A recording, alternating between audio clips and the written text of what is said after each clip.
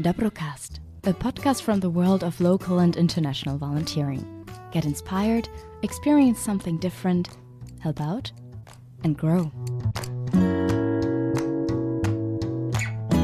Hi, welcome to Dobrocast, a podcast about volunteering and active citizenship. I'm Jule and your moderator for this podcast series, Engage. In 3 episodes, we are talking to inspirational people living across Europe who are actively engaged in their communities or create their own opportunities. The series was created thanks to the financial support of the European Union as part of the project with the same name, Engage, which is short for Empowering Next Generation Advocate for Global Education. The opinions expressed in this series reflect only those of the guests and the podcast authors.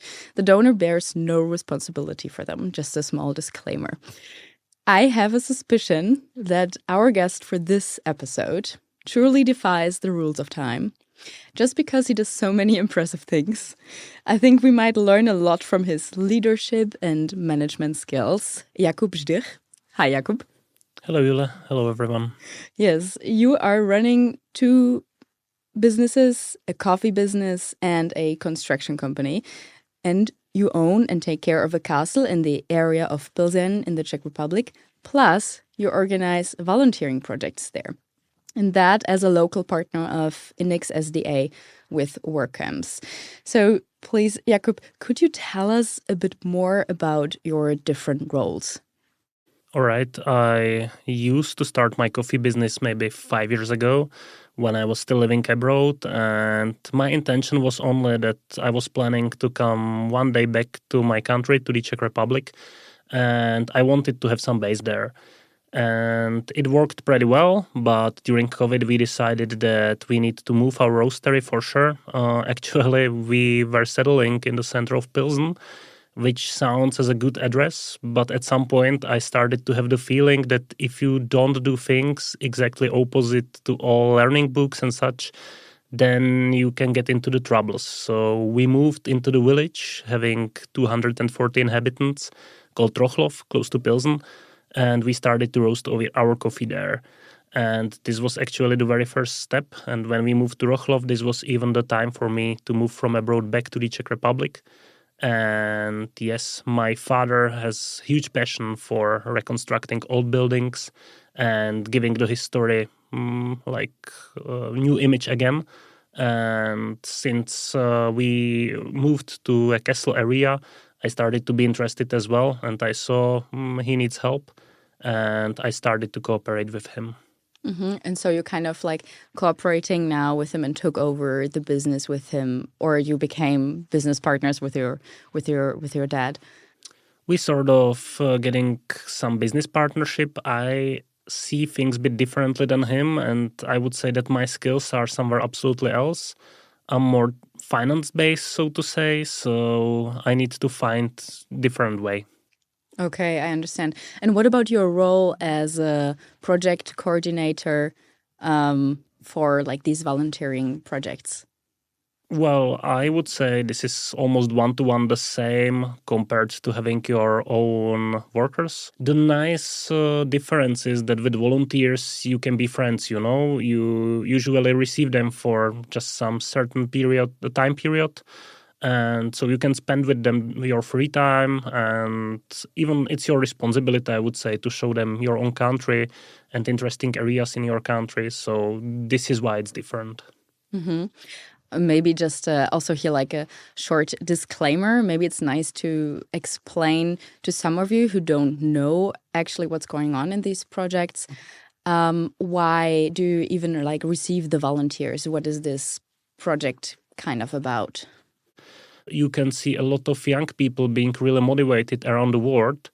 And those people are even interested for Europe and for our history. So this is how this idea did come, that actually we can attract especially students from all around and we can give them this opportunity. So usually we create some specific project which can be done from those volunteers. And usually we want that the result will be seen from them immediately after they are done with the project. So, for example, in this year, the students did help us to develop like territory for kangaroos, who are already living in our castle nowadays, in our castle garden. Okay, wait. One question. Why do kangaroos live in your castle gardens? Well, I have a worker called Dominic. He's there with me from the very start. Without him, I would say my business would be gone.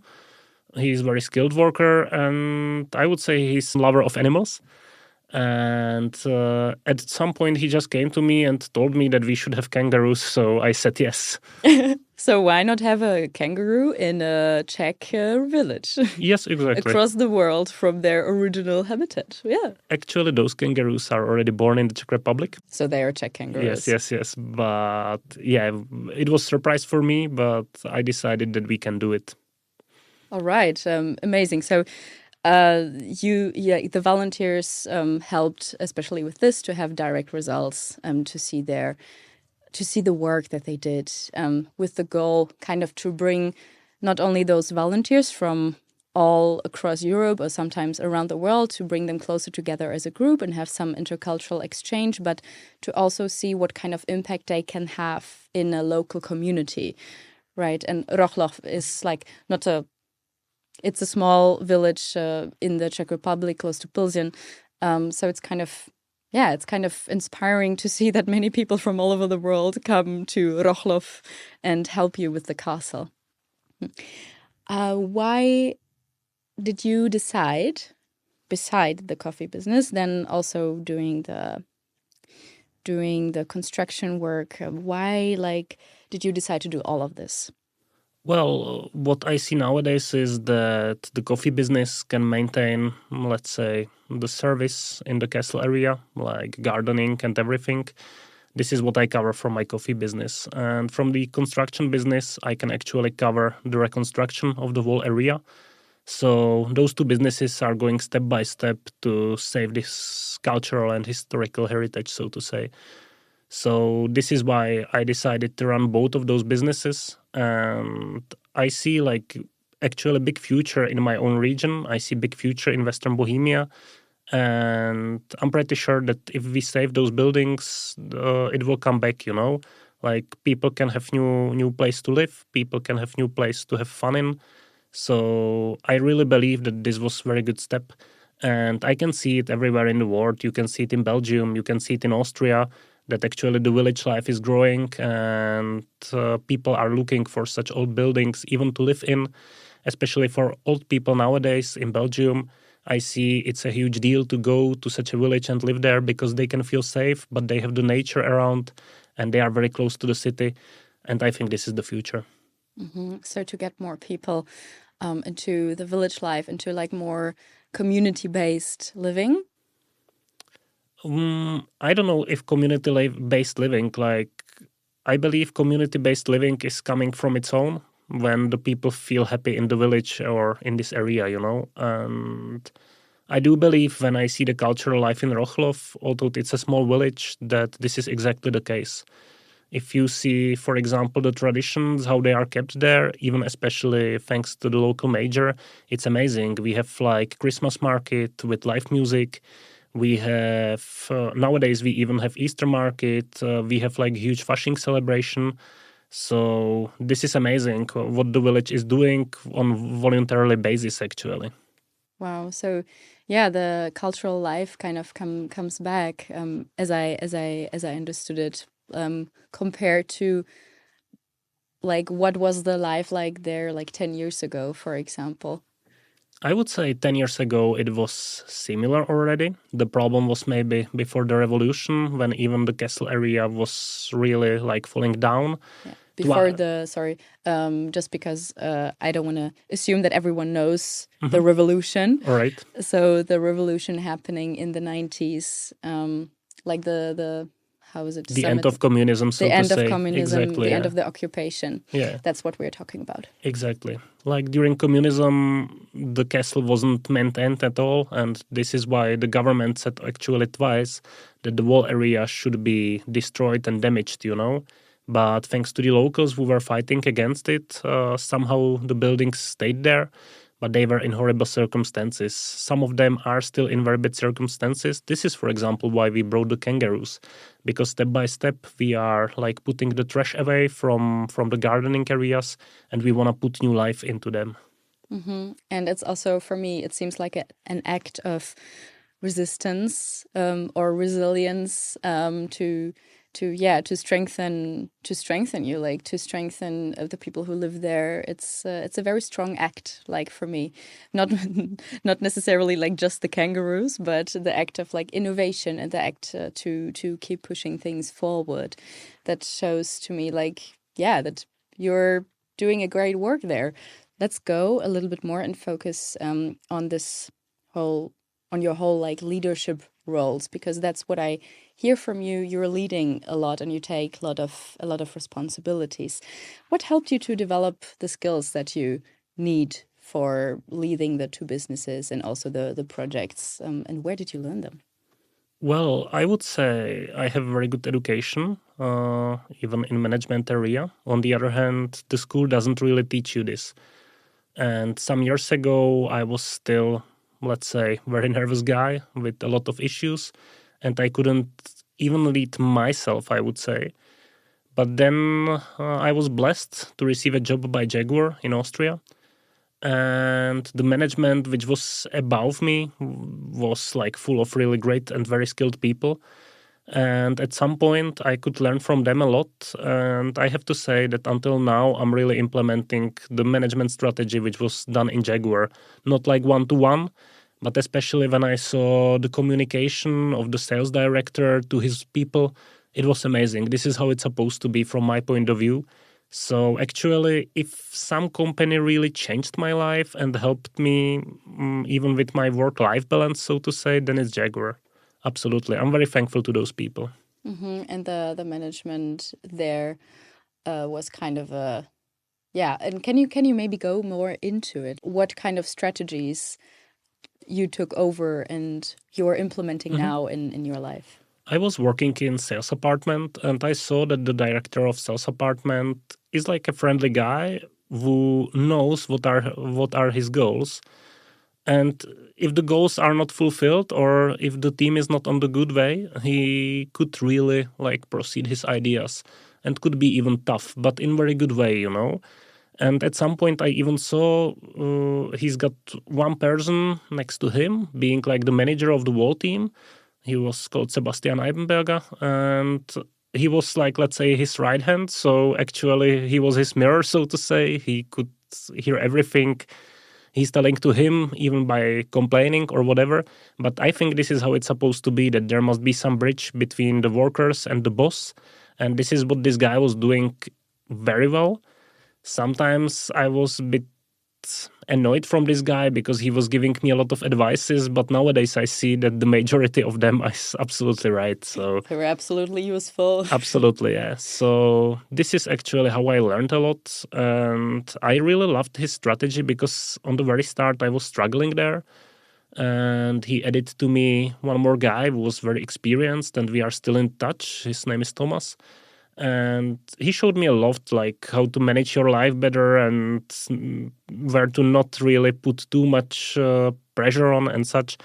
It really helped me a lot. At some point, I could even meet new people, and I was meeting very interesting people in the Czech Republic because those people were sending me to the Czech Republic for some business trips. So I could meet a lot of interesting people here. And at some point, I was sure that I'm ready to come back and really do my own business only. And why did you want to do like your own business only? Was it also like connected to your father that you saw that okay, he needed help, or was there something else driving you? No, I actually love flexibility in my life and I really love to travel. And when you are dealing with coffee, you have the opportunity to travel a lot. I didn't see myself like to be in the office forever. And I love to combine things. And when you have your own business, usually you have to combine things. Sometimes you even go, if you have construction business, to help the construction workers with paintings or whatever. So actually, this is what I like. I like the challenges. I like to be my own lord, so to say. And yeah, my deep provision is that actually, if I have family in the future, I want to give them, let's say, some more above average life. I don't want that my girlfriend would be worried about rent or whatever. Of course, it's like risk everything, because doing business one day it can look great and the day after it can look horrible. On the other hand, like my business partner, I can see on him that he was twice in bankruptcy and he came again, and You can make it out of bankruptcy even. This is amazing. Yeah, you can do it. You if you know like the right people and if you have the strategy, and yeah, you sound very sure of this. So I like very confident, which is very very sweet to hear. I'm just curious now, where did your love or interest about coffee start? How did it come to this, and what are you doing in this field more? When I was 16, I left my parents' house to go to Austria. I had the opportunity to do sports there, and I wanted to learn some foreign language. And when I came to Austria, it was sort of terrible to me, because I tried to learn German before, but this is very, very different kind of German, especially in Tyrol, where I used to live. And at some point, I saw that I'm not happy there, because I couldn't understand anyone. Sometimes people were laughing about me when I was trying to speak. That's mean. It's not mean, because when you hear for fifth or sixth time the same mistake, it's already funny to you. I would say sometimes it's normal. Sometimes you can't help yourself. When I used to play football in Korea, I still remember how I was yelling on my co-players, and even the opponent team started to laugh a lot because I had to say something absolutely different than I wanted to say, I think it belongs to that. But actually, I was very lucky that time, because in their Bundesliga, in local team in Wacker Innsbruck, there were 2 Czech players. And one of them was based actually in my previous hometown. So I just went to their practice and I just asked him, because that I'm Czech as well, and if he can help me because I'm a little bit lost. And I didn't expect it because he could just ignore me, I was like 20 years younger than him and he was football professional. And he just told me, you know what, I will take a shower and you wait behind the stadium and we have coffee and we see. And until that day, I never drank coffee, but I wanted to show some loyalty and I wanted to make things not complicated. So I remember I ordered coffee and I put a lot of sugar into that because I couldn't drink it at all. To make up for the bitterness. Exactly. Right. Exactly. Best strategy. Exactly. But the second or third time I met them, I could already drink it and I started to like it. And of course, you need some money when you are a student. And actually, this community helped me to even get a job in local coffee place. And this is how I started to have this relationship to coffee. And when I was studying, I was even quite interested for, let's say, developing countries. And this brought, let's say, my interest about traveling. And before, like, South America and afterwards Africa. And I wanted to know more and more. And at some point, I had the feeling that I want to deal with coffee. So where did you start? Like at this point, like where does someone start if they want to found their own coffee roastery or their own coffee business? Like what happened? Well, my first intention was, because after my bachelor studies, I received job opportunity in Uganda. And it's very interesting because in Uganda, they grow the coffee for all around the world. But actually, in this period, I think it's 8 years ago, in Masaka, which is like quite a big place, having maybe 100,000 inhabitants, there was only one bar serving coffee. And the only reason why they served coffee was that the owners was a couple of Dutch men and Belgian women, and they had a lot of Dutch and Belgian clients who are used to drink coffee. So actually for Ugandese before, it was like, okay, we plant it and then we sell it to Europe, we don't drink it. So actually the real coffee drinking boom in Uganda came maybe 5 years ago. Nowadays you find amazing coffee places, you find amazing coffee lounges, but it's quite new for Ugandans, although they plant it since generations, So actually this is how I met my my business partner, and this is how this idea did come. At first I was thinking that I bring just roasted coffee. But then, based on logistics and everything, it seemed to be not realistic. So we decided to even open our own roastery. Okay, and how did you get the people all together? Because, okay, I just hear that you learn German and you were also like in Belgium and South Korea. And so do you know also the local language, or what helped you to communicate? Because I can see that that could be like a barrier. Well, in Uganda, I already had some English basics, but actually I learned English firstly really in Uganda. So especially from the start, by some words, I was using, let's say, Uglish, which is the Ugandan form of English. It's the spoken form. When you see Ugandan people are writing in English, usually you don't see any difference between British English and Ugandan English. But of course, the spoken form is a bit different. So sometimes I was using words like jajas, which means grandparents, or sapa, which means dinner. But yeah, I usually learned once I was in this area. Wow, that sounds a big like learning curve. Once you've done it, and thank you for diving into this whole exploring your past business decisions together. I'm also asking because I think it can be interesting for others who might be interested in doing their own things and in doing what they're driving for, and maybe are still unsure if they should. But as I hear from you it would be a clear, just let's go and do it, and it comes with the experience. Or how can I understand? I wouldn't actually say so. This was my attitude on the very start. Sometimes I was maybe too blind. Sometimes it works great. But sometimes you really need to open your eyes, wait a bit, and be patient. And I would say what's the most important thing ever when you start your own business, wherever it is, learn about the society and take them very, very, very, how to say, be sure you understand them and be sure you understand what they want, because you will never change them. They can change you, but you will never change them. This is why many people were struggling. Even like if you imagine first sushi bars in Prague were usually unsuccessful because people needed to learn it first of all. People needed to learn how to eat those things and why to eat those things.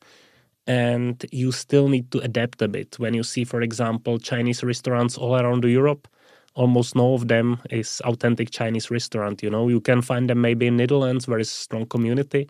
But in general, like this concept is brand same in Germany, Czech Republic, Austria, because we have some expectation about China, which is not real at all. But they need to adapt it. If they really open the authentic Chinese restaurant everywhere, they're gonna close soon. That's how it is. And actually, this is what we wanted to do for the very start with coffee, that we wanted to offer the very authentic experience with coffee to the people like from Africa, Asia, etc. And the people really didn't accept it. So we saw at once that we need to go a bit different way.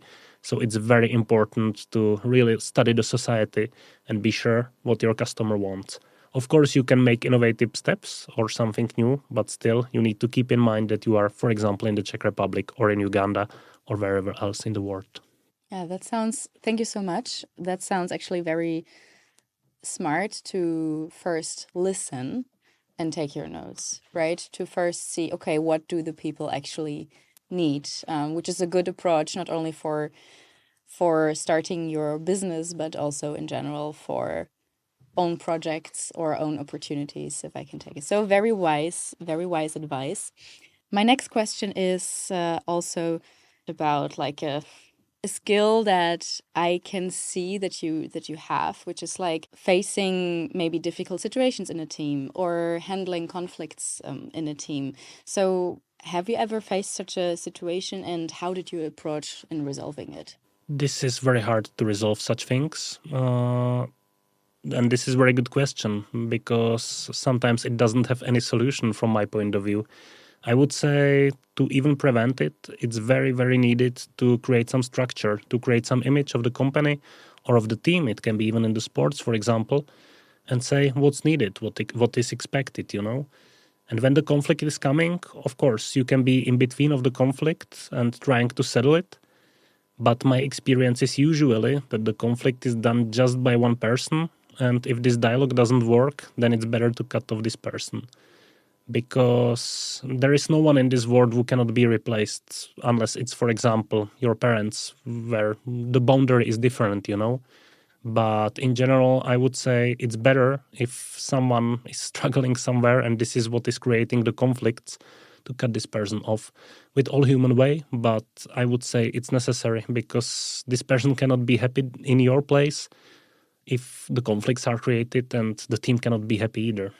Right. So this comes from a very like work-oriented, a workplace-oriented solution or approach, like you mentioned, to let a person go, let's say, and to put like the cards on the table and state, listen, this is not working.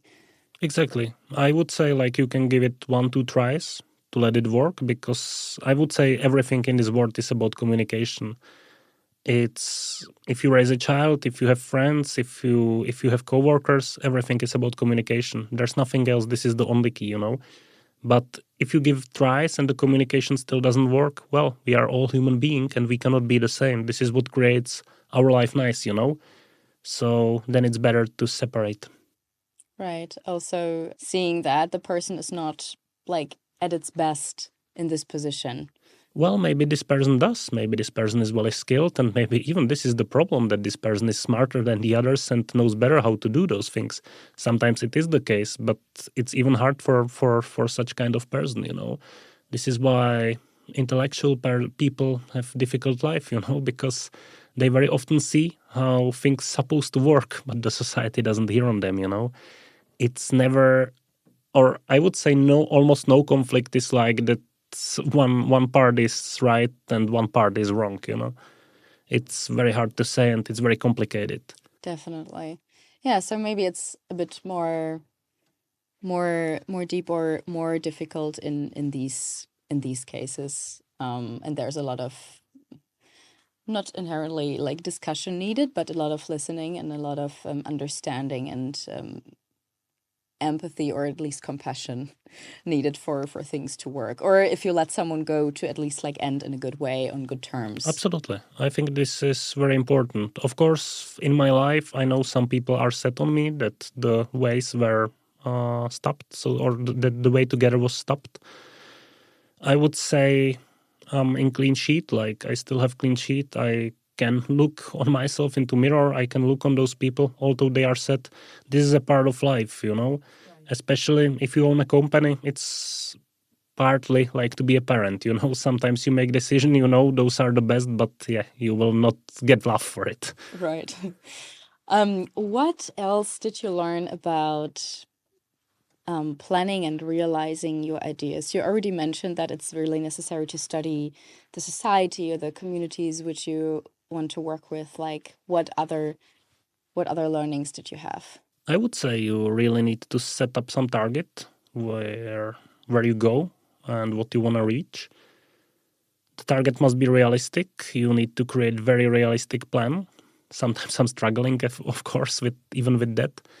But yeah, keep one target, keep one focus, and of course, during working on this target, you meet a lot of people and you meet a lot of new opportunities, which you can fulfill as well. But yeah, just have your target in mind. This is very important, and think about it before you start, because this is the most important thing, that you really know that something you want to reach is real or can be reality. Of course, not every plan is coming true, but I would say this is the most important thing, to be ready, to make good preparation, and to just go for it. Yeah. And when you say like keep your target in mind, or keep keep yourself focused, basically remind yourself of why you are doing something.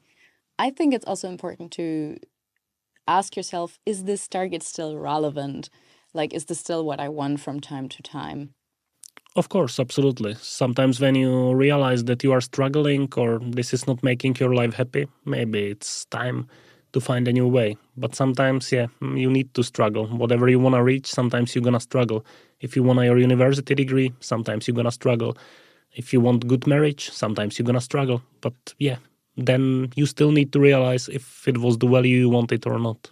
Yeah, and what I hear from you is like also taking some accountability, right? Like, what did I want it? Do I really want that? Okay, then I need to do the steps to do it, and only I can do it. Like, no one else is going to push me doing what I want, right? This is what I think is very important when on business schools you learn internal accounting, because this is very, very important tool where you have some overview, which is actual, which is like day by day uploaded. And for example, to me, once per week, I'm sitting to our internal accounting, which gives you some overview. If you can reach the goal, what is necessary to do, what you need to change, etc. I think like every one of us should have some private internal accounting just to see like what's going on in his or her life. Right. Accounting, very important if you have a business. Don't underestimate accounting or like learn it. Well, Really good let's takeaway. say when you speak about accounting, maybe you mean external accounting, like which the balance we are giving to the state, etc. The internal accounting are the numbers you have for your own, the numbers only you see, not the state, not anyone else, And this is where you even see other things where you struggle, and be it effectiveness, be it whatever else, Right. Thank you so much for the tips on leading, what's important in planning and realizing your ideas. And I would like to dive a little bit more into your working with people in different cultural backgrounds. So you met a lot of different people come all over the world, as I could hear. So how do you think did that shape you? Well, first of all, I have seen a lot of different cultures, which is showing you that every country is sort of different. And every country has different rules. And I would say this is the basic everywhere. So if I want to live in Uganda and work in Uganda, of course, maybe the locals are interested to implement something new there. But first of all, I need to keep the Ugandan rules, keep their culture, and then maybe come with some solution, but never ever push them or convince them that my idea is better, because the people grow up in very different circumstances and they seek for something else than you or me, And this is how it shaped me, that actually it showed me that every culture is absolutely different and we need to keep it in mind. It's not easy, Wherever you grow up with different values, and this will form you. Yeah, thank you so much for mentioning that. I think that's really important to understand. Also, just looking at different people, even growing up in the same like quotation mark systems or countries, like even there, people can be so different from each other, right? Like we're not a homogenic puree or a mesh. We're all different. So maybe this is even important learning for when you work with different people anyway, to keep in mind, okay, we all grew up in a different way. Some of us more similar to each other and some of us really away from each other. So thank you so much for that learning. It's really useful. And I'm happy to hear that traveling seemed to have brought you this realization. What would you advise others? I mean, we already heard some advices for you. What would be other advices if they want to create their own projects, opportunities, or businesses? Well, I would say, first of all, really, here on the society, as I said already, be sure who is your customer. This is very important. But first of all, really go into the finance world and ask someone who is understanding finance if the goal is real and where you can struggle, so to say, like what are the legal circumstances in the territory you want to do your own project, and be very, very, very well prepared, really. Here, the people who have more experience, of course, you can have your own mind, but 90% of this, what the people are telling to you, will be reality. This is for sure. Usually, all of us, we somehow started our own business when we were young, so we made one-to-one the same mistakes as the people told us that is going to happen if we do this and that.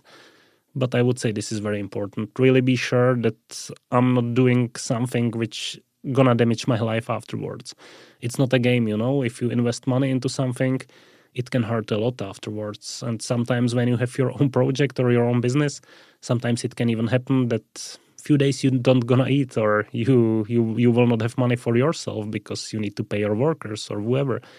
So it's very risky. Like each responsibility is there, and yeah, this is the big issue of having your own business. Yeah, thank you. Responsibility is there. And I like that aspect a lot because technically it's not only a responsibility for your workers if you own a business, but also kind of responsibility for what kind of impact you have for the world around you. Like also, of course, for yourself. Like if you don't eat for a few days, that's a damage that you don't want to have. So yeah, that's a nice reminder to take care of yourself and the surrounding. Thank you so much. Is there anything else? Now we've heard your stories about how you got to your businesses and to the volunteering project as a local partner with INEX. We've heard about your motivation for that and your backgrounds and what's important for that for you. Is there anything else that you would like to add as a kind of wrap up, or that it's on your heart which you want to share with us? Like, you mean based on volunteering or based on like having workers from abroad, or? Oh, I mean, if you have more. But I was meaning more a message that you would like to get out, that you think we haven't talked about. If not? Yeah, I would say, and it's not only in business, it's affecting our private lives. Like from my point of view, nowadays, especially here in Europe, we are too bound by states. People starting to get used that wherever I make a mistake, the state will come and they will make it clear for me and there is no problem. And I would say that this is a big problem of Western society, that we are losing this part of our own responsibility, you know. We shape it usually to someone else, and usually we believe that the governments will do everything for us. And this is something I strictly believe that should change, because the people need to get the responsibility back, and they need to really be there for their own and for their kids. And yeah, they should really, from my point of view, reduce the power of the state in that sense, because sometimes it's getting too much from my point of view. Mm-hmm. You think like people taking things for granted and forget their own accountability and forget that they have an impact with their behavior, or let's say they still have an impact and they are not using it right. Well, they have huge impact, but they don't use it right. Sometimes we are like kids, although we are adults, you know, and this is my problem. When you see states like, for example, Korea, where I used to live, the people are much more responsible for themselves because they know the state will not help them. So they have some savings. They really, really try to think what's going to be when they are getting old, you know. They really try to plan their future. Here in Europe, very often I see that people don't really care. They don't plan. And this is something which really surprised me in Austria, for example, when the people told me like, yeah, you know, in 3 months I'm going to lose my job. I was like, okay, what you going to do? Well, first 6 months I will receive the money of state, so I will travel and chill out, and then I will see. And I wish everybody that he or she can travel 6 months long without any worries. But you need to finance it on yourself. It's not, from my point of view, all right that the state is paying your vacation when the other people are working hard. Right. It's a very sweet dream. It's a very sweet like image that this is possible, but I get your point. It's not always to be taken for granted, especially, yeah, as you said, looking at other situations in other countries. It's not always like this. It's good to learn. It's good to learn to take care of yourself and to, yeah, as I said already, to be accountable. Also, if you live in a country which is gives you a more privileged life, especially then, I would say it's good to keep that in mind. So thank you a lot for sharing that. I think that's a really important point to take away.